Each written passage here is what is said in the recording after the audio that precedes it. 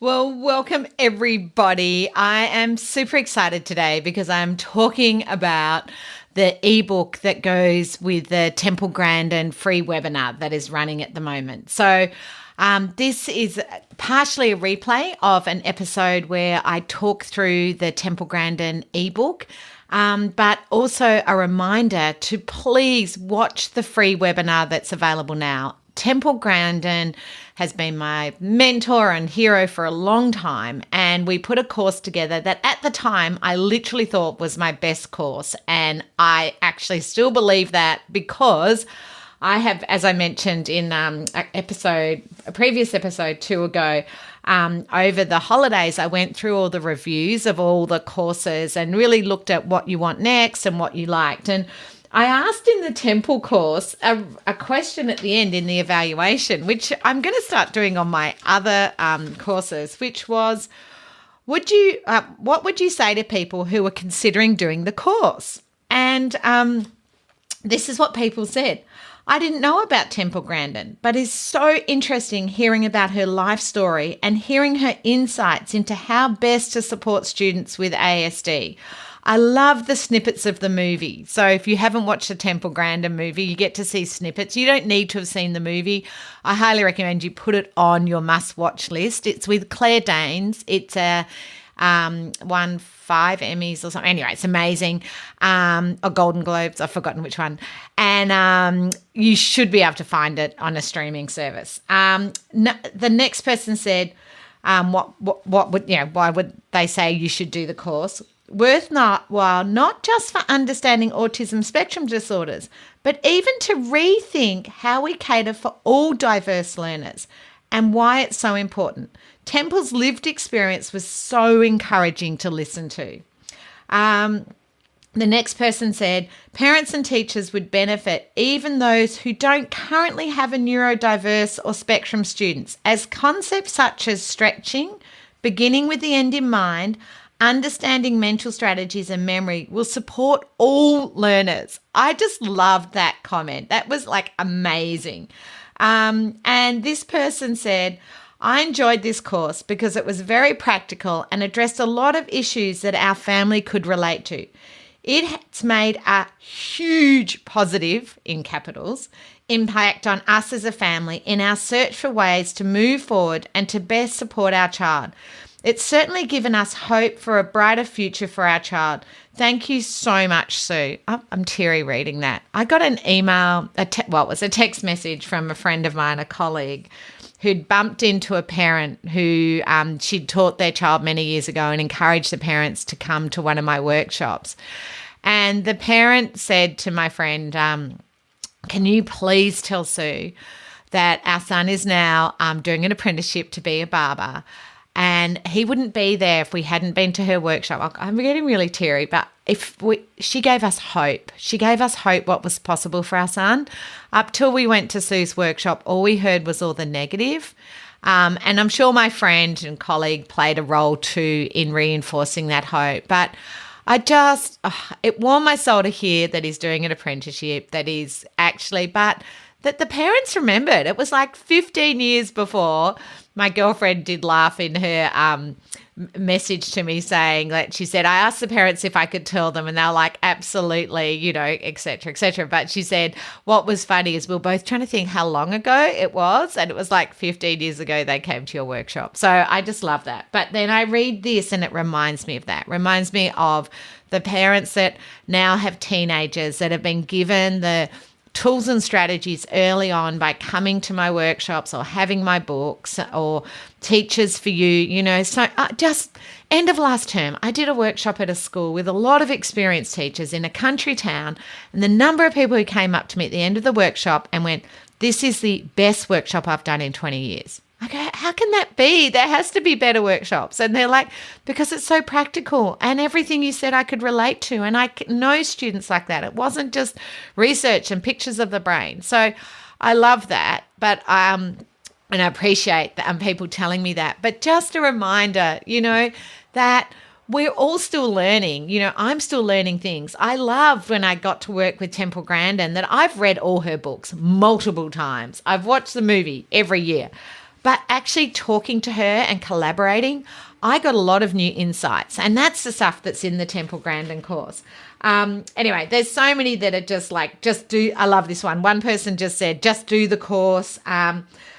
Another person said, I would let them know this course is jam-packed with really valuable strategies and helps, that I should have checked what they'd written, and helps that can be applied from a very young age to support and prepare children with ASD through to high school and employment in the future.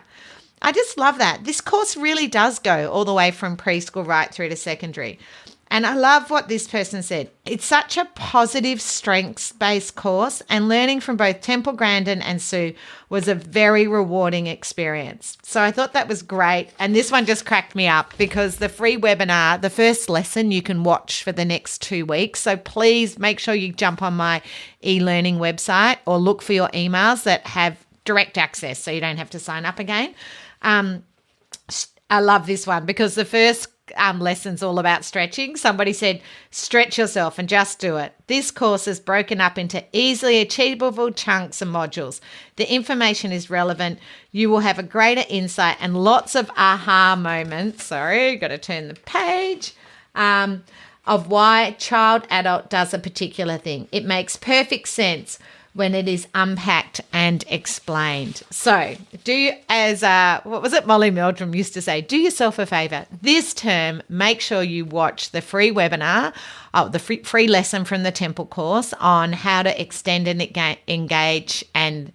stretch and extend students and children you know. Whether you're working with a preschool or post-school options, I think this course is invaluable.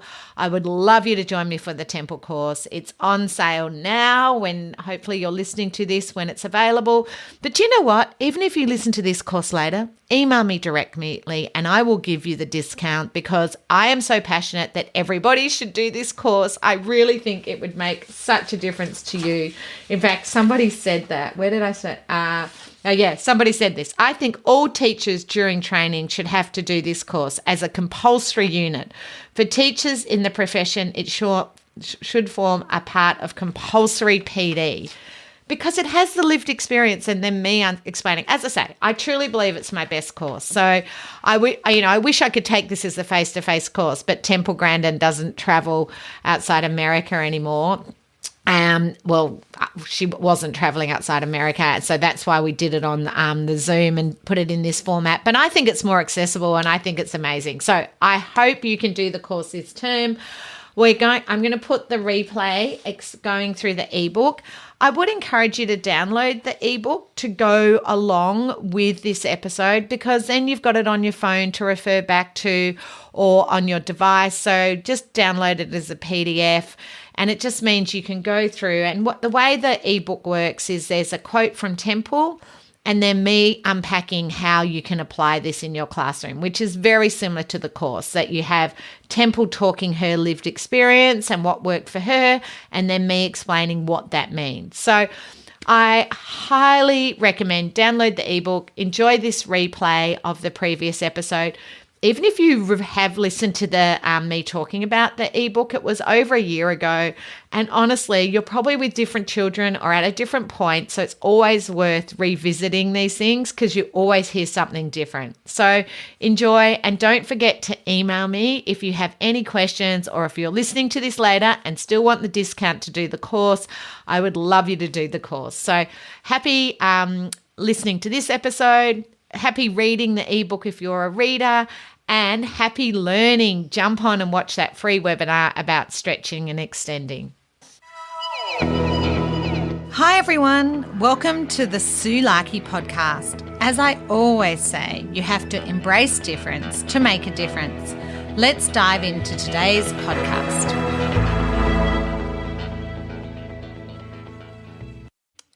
Welcome, everybody. I am so excited. I have put together an ebook that really breaks down how Temple Grandin has informed my teaching practice and how it can inform you as well. This ebook is full of hundreds and tips, but what it does, it has a quote from Dr. Temple Grandin and then my tips and strategies in how I implement her insights and lived experience in my classroom. So just stepping back a moment, if you don't know who Dr. Temple Grandin is, she is one of the most respected individuals with autism in the world. She presents at conferences around the world, helping hundreds and thousands of educators and families understand how to teach and engage their children and students.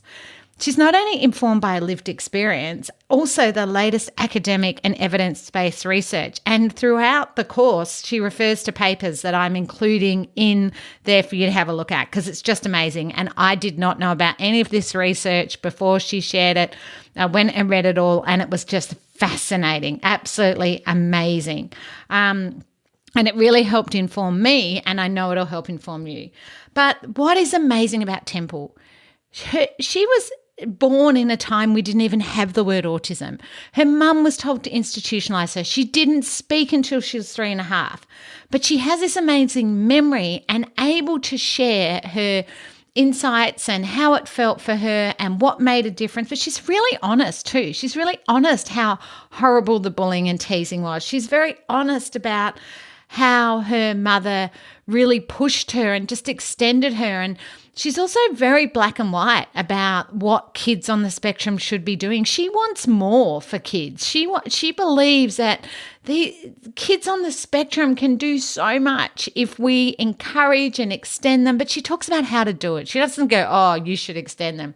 She talks through, like in the course, and those of you who enroll, like she's step by steps, how to get a kid a job, everything from a young age, the things you need to do, or how to keep a job, but all of these skills start at a young age. And it's just so important. We don't just leave school and get a job. There are things you have to do towards independence along the way. And what I love about Temple, she is very, very passionate that all of it is possible. And I think what I found interesting for the people that have watched the course already and checked everything was okay, they all said to me, Sue, this is a course about hope.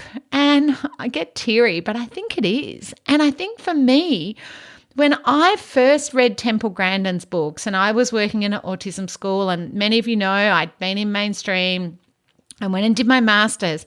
Temple inspired my thesis for my master's because she was the first person to talk about her thinking in pictures. And that was her book that I read that I was like, oh my goodness. I had to send away to America. There was no Amazon then. I had to send away. It took 3 months for that book to arrive. And when it arrived, it was like, oh, wow, I want to understand more about visuals and thinking in pictures. Now, Temple's gone on to describe 3 different types of thinking, and it's in the course on how different people on the spectrum think. So hers is thinking in pictures, but there's different ways of thinking. And those of you who have seen her TED Talk, she talks about that too. And her TED Talks had over 6 million downloads. It's amazing.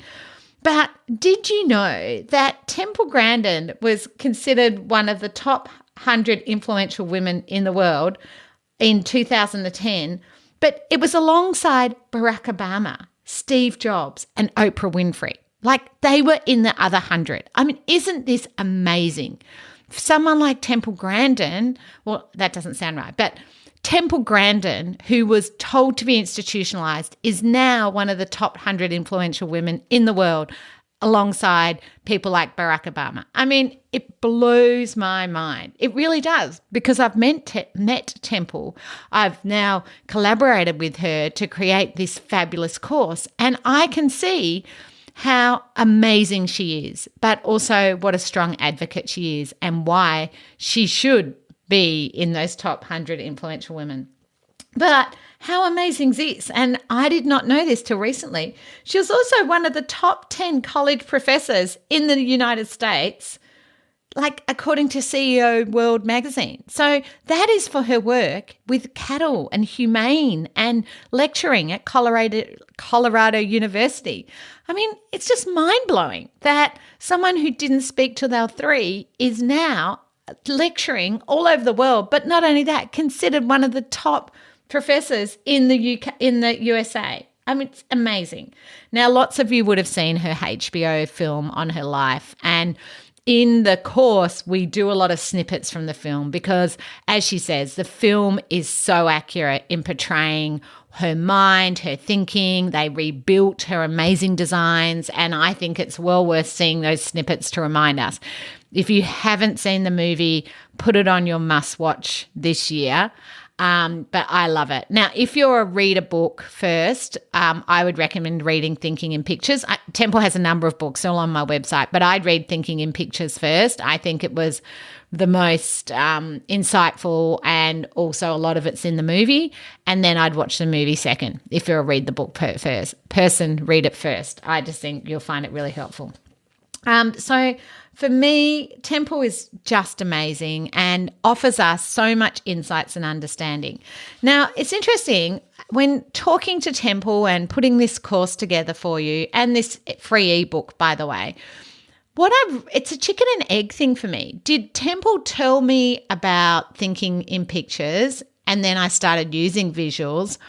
Or had I sort of worked out visuals work for my kids and then Temple reinforced it and explained it? I'm not really sure. With a lot of these things, I don't know if my aha moment came when Temple said it or something I'd been trying worked and then Temple said it. I'm like, well, that makes sense. I'm not really sure.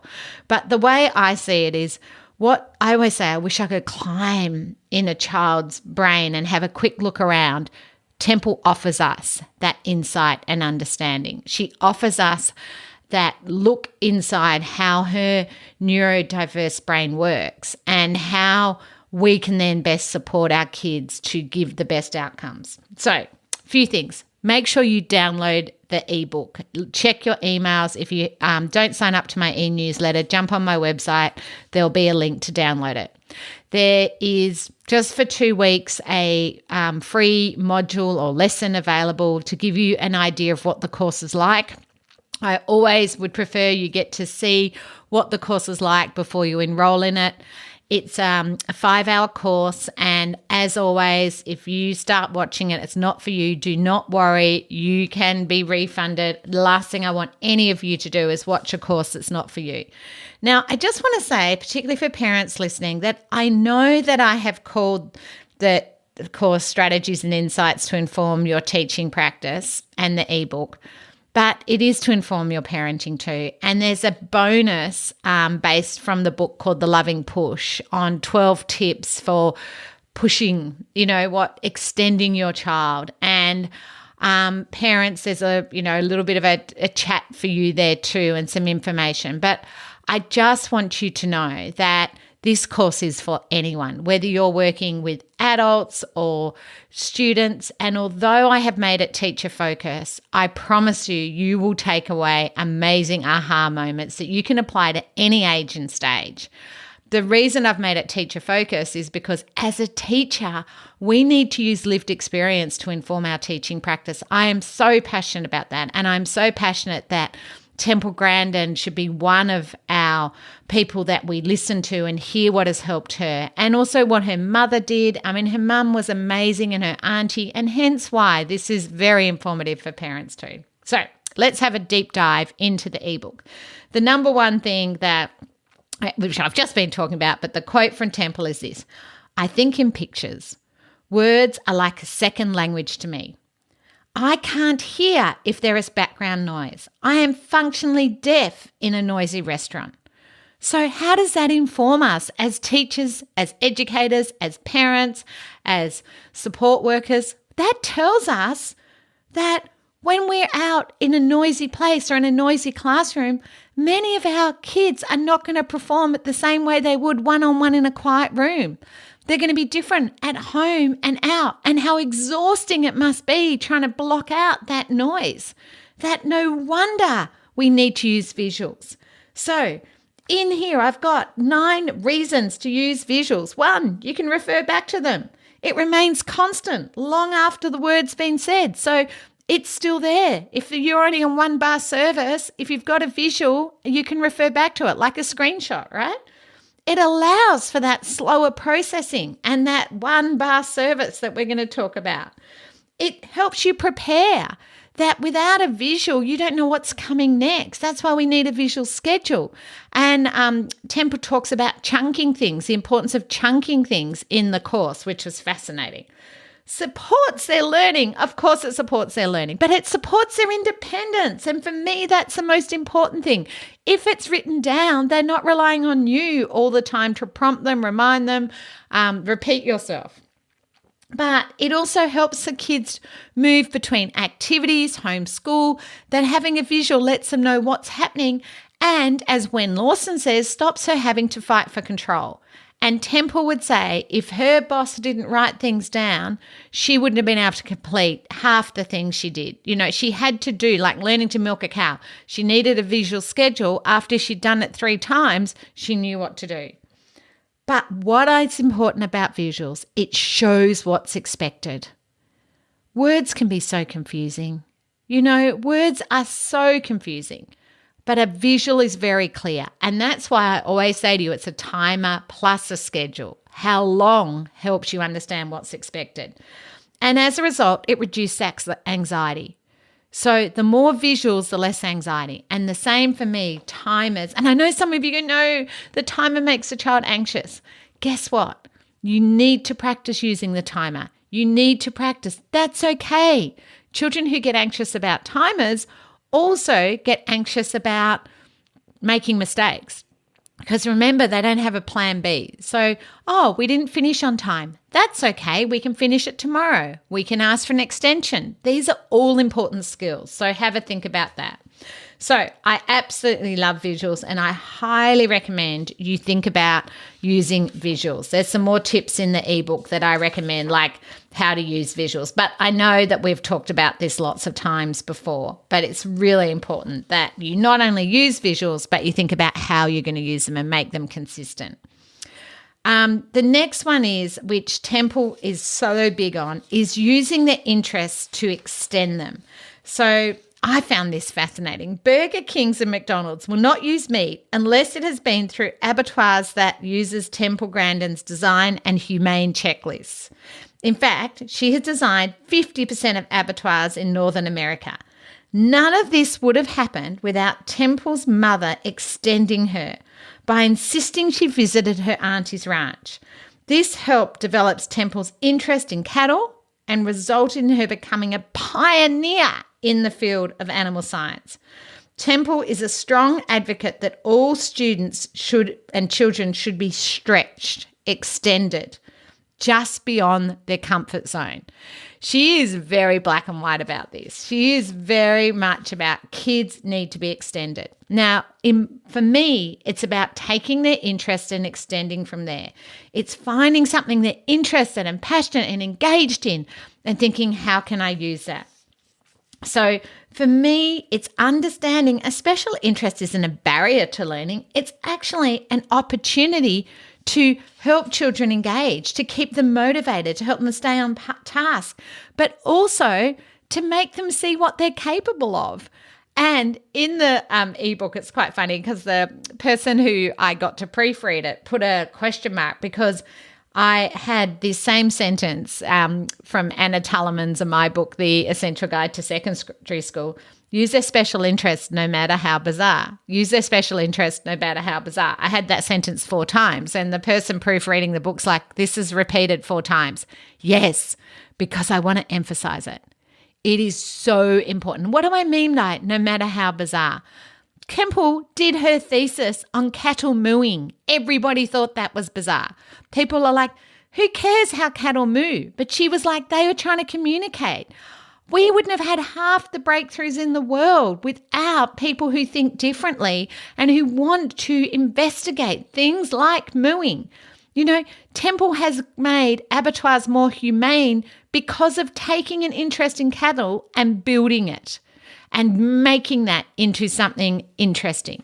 And I can tell you, I have used so many of my kids' interests, whether it's in videos or games or Minecraft or animals, you know, you can use all of these and they could be a future career. So please remember that you do need to use their special interest no matter how bizarre, but you have to have rules around it. You must make sure that they're clear rules. You also need to think, how can you extend these things? And one of the things in the course that Temple says is how long to persist with things. Like if you're trying something new or trying to extend them, and how long do you persist before you go, this isn't working? That is such an important question.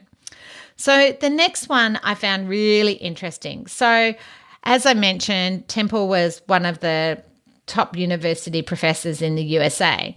She's given hundreds of speeches in her career and shared priceless insights into the way the autistic mind works. She offers invaluable insights into sensory processing challenges and the need to find ways to help children regulate. Temple has developed a range of strategies to calm her senses, most importantly, her squeeze machine. Or famously, her squeeze machine. And any of you who have watched the movie would have seen the prototype, and in her book, you'll see photos of her in it. And the squeeze machine she uses like a hug to regulate her senses.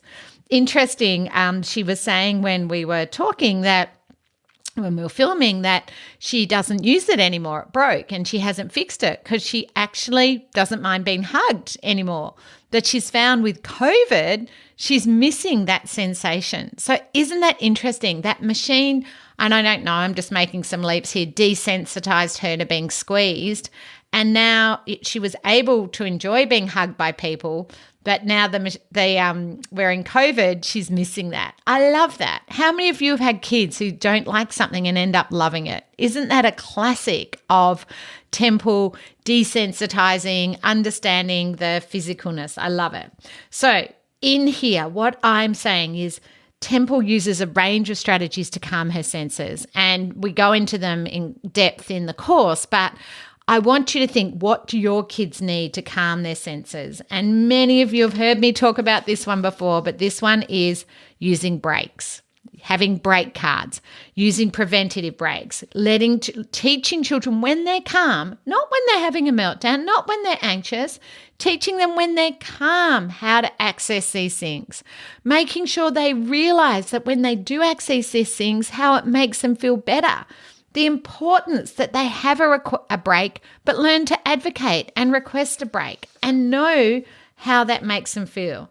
This is just vital. And I would love all of you to think about how you can build breaks in at home and school and work when they're older. Anna Tulliman shares how her son Daniel likes to wash the dishes because he has always liked to wring his hands and move his hand. Sorry, if you could see me. This isn't a visual. I keep forgetting this isn't video, it's audio, but sort of putting your hands, wringing your hands, I guess you call that. So she taught him to do the dishes at work because people are happy if you go and wash and dry the dishes, and that gives him the same sensation with his hands.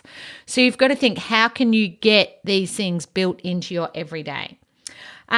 So one of the other things that those of you who have watched the movie and read the books or watched any of Temple's interviews, her science teacher, Mr. Carnock, gave her the most interesting projects. And he was the one who worked out she thought in pictures and explained that to the other teachers. But he would give her individualized projects that would extend her. But also if she got stuck, he wouldn't give her the answer. He would just give her enough clues and hints so that she had to work it out. So one of the things Temple is very strong about, can I tell you, really stronger than I would be, she says, kids aren't learning to figure things out. There is a tendency for them to give up easily. She's like, I had to learn to throw out one of those little parachutes to get it working hundreds of times. I had to learn to make experiments hundreds of times. So all of these things have helped her in her work, in her design of cattle abattoirs. If she just gave up the first time, none of this would work. And she feels kids need more hands-on. That's a big mistake, that we've got rid of hands-on projects and learning, and kids need to learn to make mistakes and to keep trying new things, to do those plan Bs and keep trial and error. And I guess we're all guilty of that today. We just Google things, don't we? We've forgotten the importance of learning to persist and to try new things. But what she feels, and I guess it's because of the thinking in pictures, that actually she doesn't mean like writing mistakes. She means like trying to make something. And she's actually made a little book that's full of a whole lot of different I think it's called Calling All Minds, making a whole lot of different projects. But you can look on Pinterest or learn to fly paper planes or, there are so many things you could be doing that are simple with a piece of paper. My kids who love origami, often we give them the cheat sheet how to do it. Well, maybe they have to work it out, Cooking, how about they do some experimentation? They don't have to follow the recipe. There are so many ways we could let children be more creative, learn to persevere, but also if things don't work out, it doesn't matter. You can try again. So, as always, I've got a whole lot of tips about teaching children to persevere, to really get them in that growth mindset, to let them see that it's okay, it's an opportunity to learn. And I would love you to all, this month, add to home and school building something different with Lego or trying to make a kite or doing something where they have to keep trying and persevere and see how much further you can get the paper plane or how much higher you can build a building without it falls over. Remember spending hours making card towers when you're a kid, something like that where it is going to fall over a lot. That's okay. Really, how can you help children to persevere? And I think she is spot on with that. And I think we're all a bit guilty of not being as resilient as we should be around trying new things. And I know I'm just got a new computer and I'm just trying to learn one new thing every day, because if I tried to learn too many at once, I'd be overwhelmed. So every day I'm trying to learn one new thing on the computer. But by the end of the week, that's 7 new things. And guess what? Sometimes it doesn't work and sometimes I have to persevere. But these are skills we all need. And I'm trying not to just Google it straight away and just try and work it out. I think it's good for our brains to extend ourselves like that. The other thing I found interesting with Temple, that her teacher actually told the class that she had like an invisible disability and that they needed to help and support her and the things that they could do to help her. And I think for all of us, we need to remember the importance of promoting understanding, that focus on student strengths, that we're all different. And I think Temple's absolutely spot on that how important that is. But one of the things Temple talked about that always breaks my heart with any of my kids, that she was bullied and teased. Kids used to nickname her and call her tape recorder because of her tendency to repeat speech. She was expelled from junior high school because she threw a book at a classmate. And Temple said, "High school was horrible. The thing that saved me was the friends with shared interests." Now, lots of you have heard me talk about setting up lunchtime clubs and passive playgrounds and creating places children can connect. And the reason for passive playground is back to that first thing, that if a playground's really noisy, it's very hard for my children to make connections. So the reason we want a quieter area or board games or somewhere that's not 100 kids running around is more about the auditory processing. And the last but not least one, as a child, as I mentioned, Temple did not speak until she was 3.5. And now she has given so many speeches, it's not funny. And she said this, "I remember the frustration of not being able to speak." Isn't that fascinating? Can you imagine the frustration of not being able to speak? And Temple remembers it. Now, she had a very good speech therapist who her mother got to come to the house, who really worked on her speech. But for me, it's so much about providing those opportunities. So I've included 11 ideas to help children, particularly in the younger years, to learn to communicate and how to build up their communication. But remember, it must be so frustrating. So you need to give them a way to ask for help. You need to give them a way to ask for more, on, off. Think about what are the functional language the kids need that you know. So I hope you've got some good ideas from this. I hope you're inspired, if you haven't already, to go and watch the free webinar that is available. And if you have listening to this later and you miss the free webinar, make sure you sign up so you get to see it. We'll probably be offering it like a few times a year for you to see the free lesson and get a feel for what the course is like. I really hope that you are inspired to join me for this fantastic course that is just going to really give you so many practical strategies and tips to extend children in what Temple would call the loving push, to give you the insights and confidence, really, the confidence to have a go and to know what is possible for the kids and how long you should do things like persevere and so forth. So please email me if you have any questions about the course. Look forward to seeing you in the course. It's on an on-demand course, so you can watch it anytime, anywhere, any device. And if you're not sort of tech savvy on that stuff, just think of it like Netflix or any of those shows that you just log in and you can watch it anytime, anywhere. So look forward to seeing you on the course, and thanks for listening. I hope you've got some great tips and strategies to make a difference. Remember, strategies wear out and not every strategy works for everybody. If you're ready to dive in deeper to more strategies and ideas to make a difference, I'd highly recommend you consider Dr. Tony Attwood or my online courses. For more information, visit my website www.suelarkey.com.au.